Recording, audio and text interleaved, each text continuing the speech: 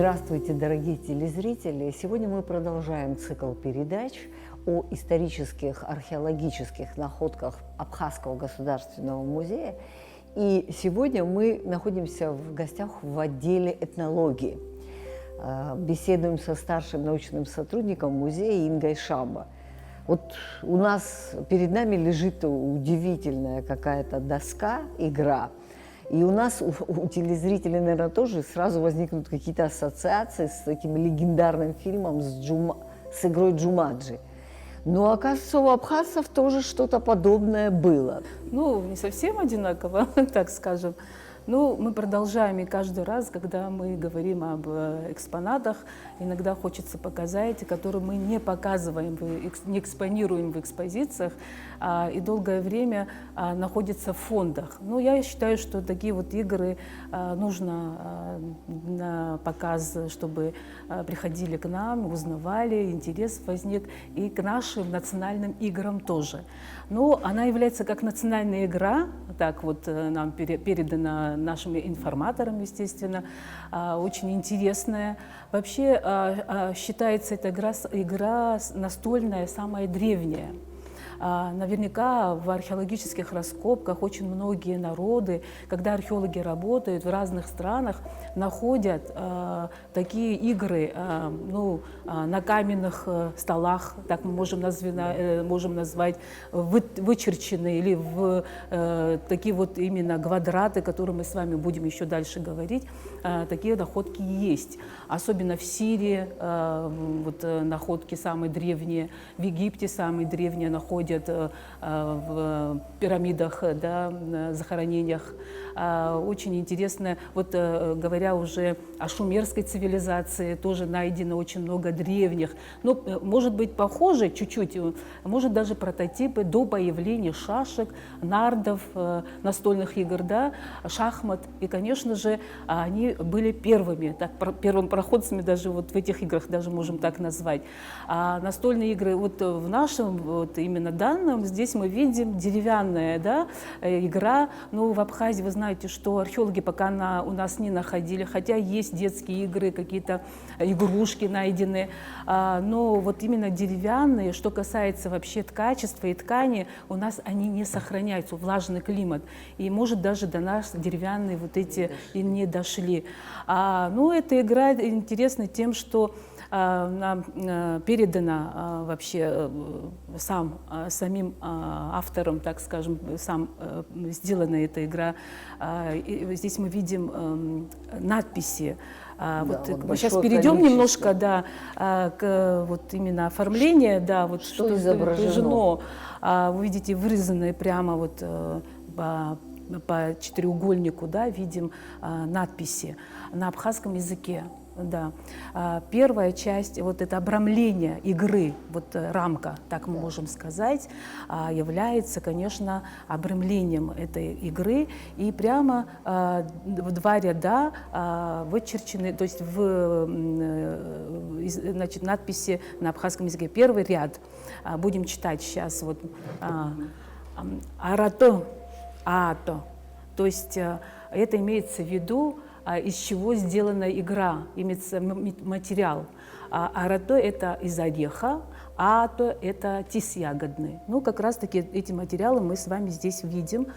Посередине вот как раз плоскость, которую мы видим, это вот из ореха. А полоски вот красные как раз-таки являются из красного дерева, ацела, вот именно вот тоже вот линии прямо из двух деревьев, да, тоже оригинально. И дальше мы видим надпись «Уаз Адама».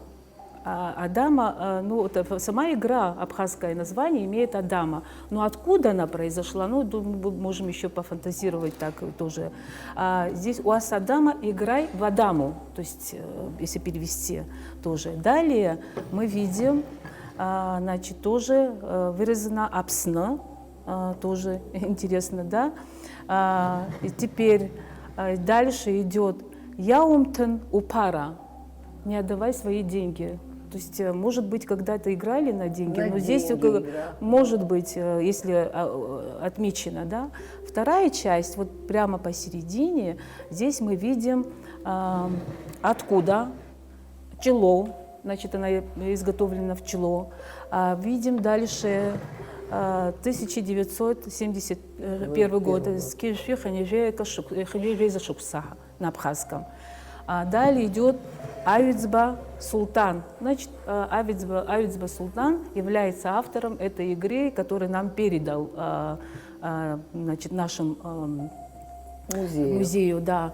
Но это сборы принадлежат 1971 года. Как раз-таки были экспедиции, ну, часто были в те времена, именно 20 век, не то что сейчас, а вот именно в те времена часто по селам.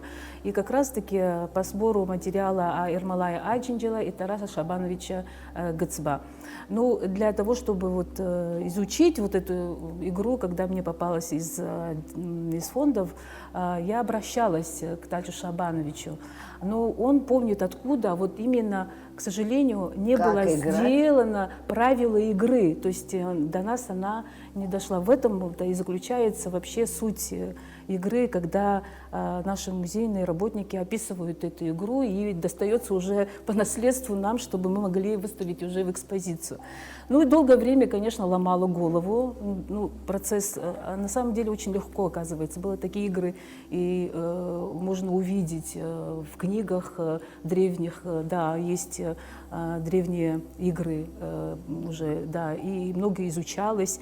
И, ну, пришлось такую исследовательскую такую работу провести, но процесс прошел немножко затянуто.Инга, и все же, скажи, пожалуйста, вот сейчас современное время, в наших селах такую игру не играют? К сожалению, игра забыта. Вот сколько бы я ни спрашивала, они вот не знают эту игру. Уже как-то уже прошлое, да, время уходит. Но у нас, если мы в музее, как обычно, выставляем, и когда уже говорим, я думаю, что будет интерес, и многие захотят узнать, и могут даже уже пойти так в люди, в народ, будет игра будет. Особенно, я думаю, что школьники могут заинтересоваться тоже. То есть ваш отдел восстанавливает саму игру и правила ее, древнейшую игру. Да, древнейшую игру, как я уже говорила, многие цивилизации, которые вообще-то можно увидеть, простейшие якобы игры, даже такие игры могли быть, мы рядом с морем, да, могли, как и в других народах, наверное, могли срисовывать по памяти, использовать вместо фишек и камни могли использовать. Хочу просто, пока еще не описала вот именно игру, были у нас, до нас устно, которые доходят игры издревле, да, морские игры, когда даже до нас в детстве тоже мы помним, когда на берегу собирали разные формы камни, и делали такие башенки, да, вот 7, иногда из 8 камушек, и отходя несколько шагов старались сбить, то есть это башню. Ну, такие игры тоже существуют. Игра 7 это 7 камушек. Есть на ловкость, это логическая игра, конечно, да, а вот есть на ловкость, когда проверяли несколько камушек, там с 2 камушек начинают и подбрасывают, и ловят, тоже на ловкость. И чем потом добавляют каждое количество, и тоже подбрасывают. Такие игры и сегодня существуют, и дети играют. Ну, другая игра тоже очень интересна, плоскую, но камушек находят и бросают в море, то есть чтобы по касанию волны или поверхности воды,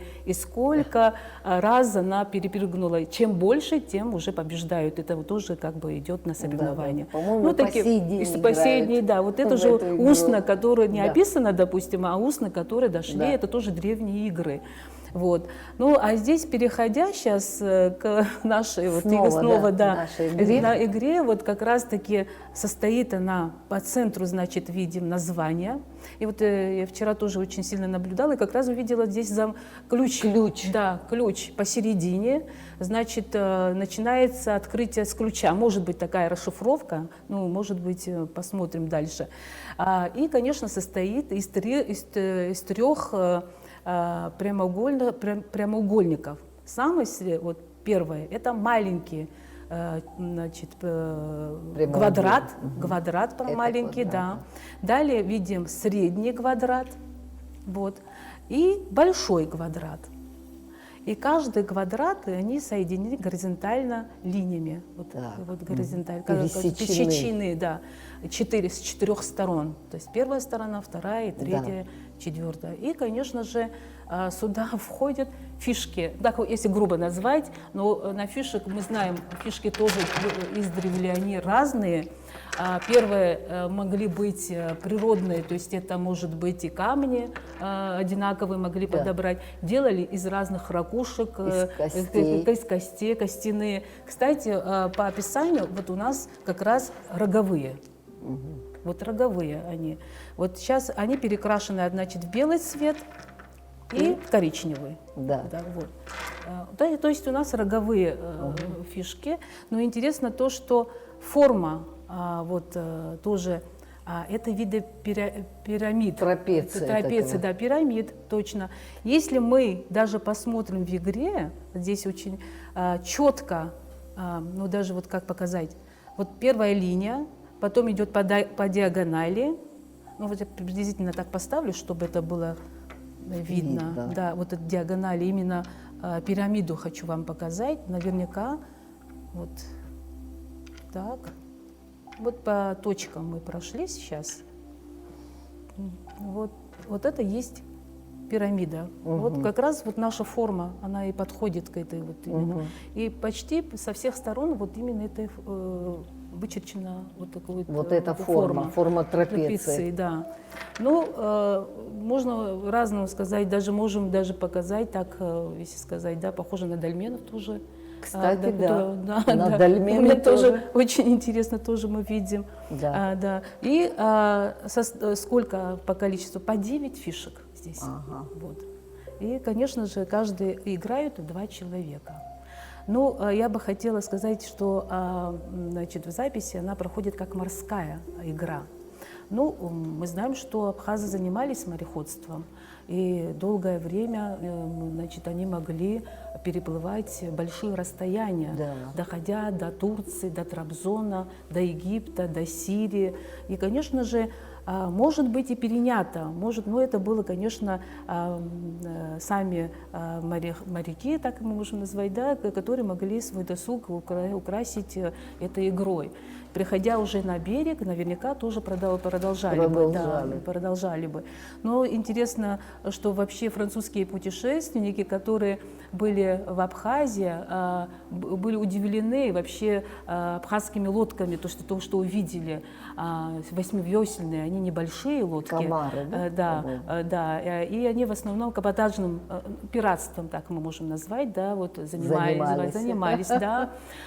И, конечно, они, приходя уже к берегу, они могли прятать в заросли лодку. Ну, мы не знаем, если говорим, что они бывали в Египте, у нас в Гудаутах есть название по-абхазски Масра, этот вот как раз-таки Масра является название, подтверждает. Есть рядом, ну, и названия абхазские тоже, конечно, существуют, там Абцхуа мы говорим, Амбара тоже название интересное, то, что невидимый. То есть там, да, невидимый. Ну, а дальше продолжение может быть, ну, это как этнолог, значит, я расследую вообще наши святилища, и вообще рядом храмы, когда стоят, обязательно какие-то святилища, они были. Если амбара, это невидимые силы, может быть, я так предполагаю, потому что рядом море, а силы морские, конечно, могли почитать, может быть, я так предполагаю. Какое интересное. Да, думаю, что есть вот, у меня такая вот... Храм выстроен, конечно, на месте силы. Да, силы, да, тоже один из таких элементов. Да. Ну и, конечно же, принимали вот такие игры на берегу, могли играть.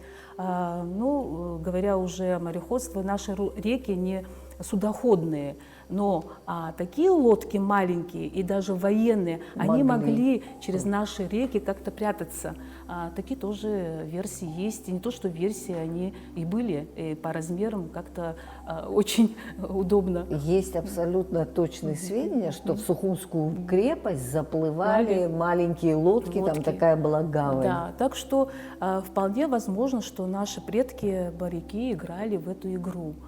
тоже очень, я думаю, что интересно. Ну, если мы его восстановим и дадим возможность дальше развить игру, я думаю, что это будет очень интересно. То есть она исследована, но еще ждет каких-то дополнительных исследований. Да, хотелось бы название, допустим, Адама, вот название, хотя мы говорим абхазское, и тоже вот что она могла означать.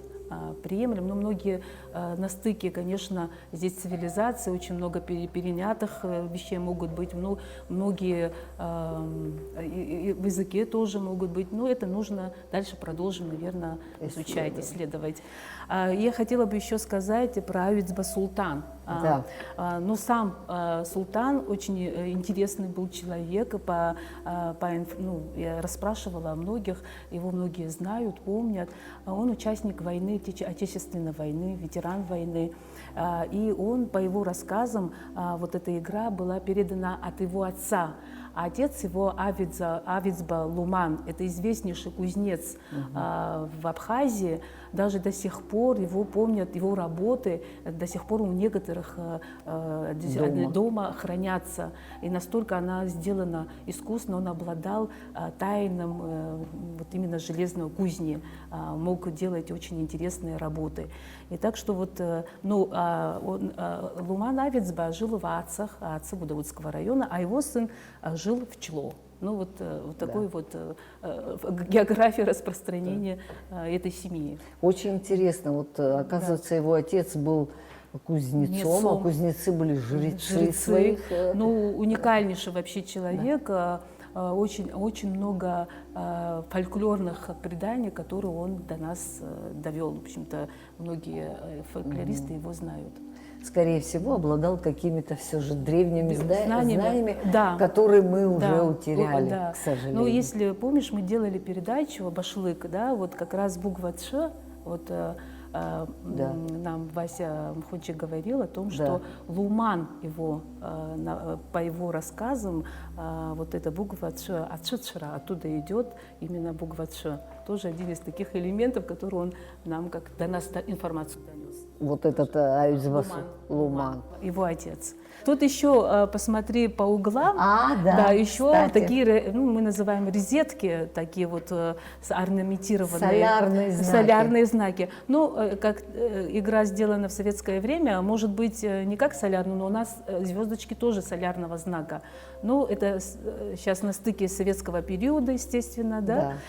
Два по углам и два солярных знака, 6-лепестковые формы. Ну, это точно солярный знак, розеток тоже один из таких элементов. И, конечно, посередине то, что вот обнаружила ключ, тоже является такой загадкой открытия этого игры, так скажем.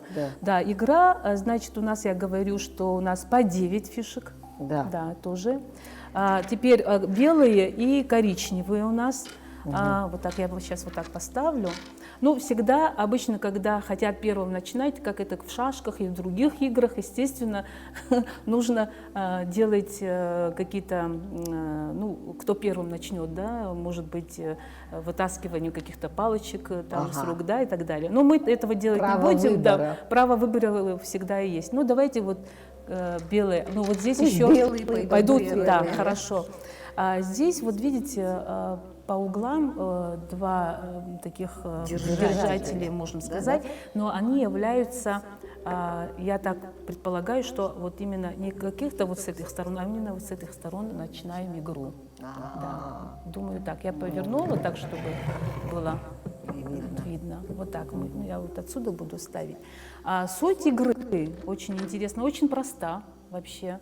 Мы имеем право играть только по дорожкам, то есть прямо, вертикально и горизонтально.